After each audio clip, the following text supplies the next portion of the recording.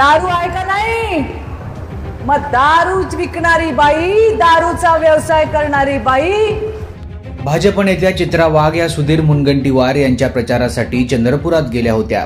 त्यावेळी मुनगंटीवार यांची प्रतिस्पर्धी उमेदवार प्रतिभा धानोरकर यांच्यावर टीका करताना चित्रा वाघ यांची जीभ घसरली होती। धानोरकर बाईचा व्यवसाय काय? दारू आहे का नाही? मग दारूच विकणारी बाई, दारूचा व्यवसाय करणारी बाई।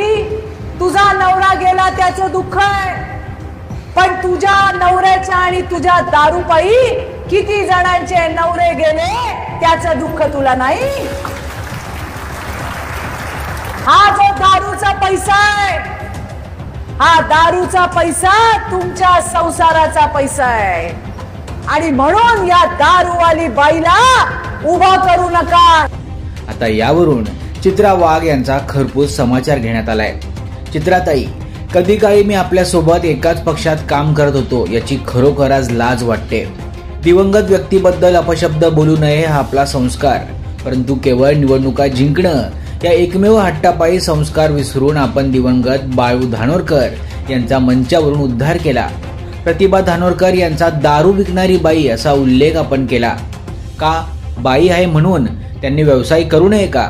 आपल्या देशात राज्यात किती पुरुषांची दारू विक्रीचे दुकान आहेत, त्यांना आपण का नाही हिणवलं?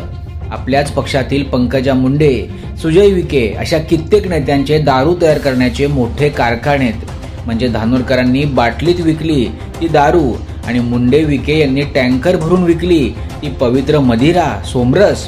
दारू विकून फक्त धानोरकरच पैसे कमवतात का? नाही, दारू विक्रीतून राज्य सरकार हजारो कोटी रुपये महसूल कमवतंय।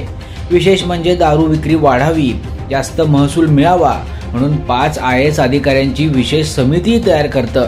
चित्राताई, महिला असूनही केवळ काही मतांसाठी एक विधवा महिलेचा आपण भर मंचावरून अपमान केला हे जनता लक्षात ठेवेल, अशा शब्दात राष्ट्रवादीचे प्रशांत जगताप यांनी चित्रा वाघ यांचा समाचार घेतलाय।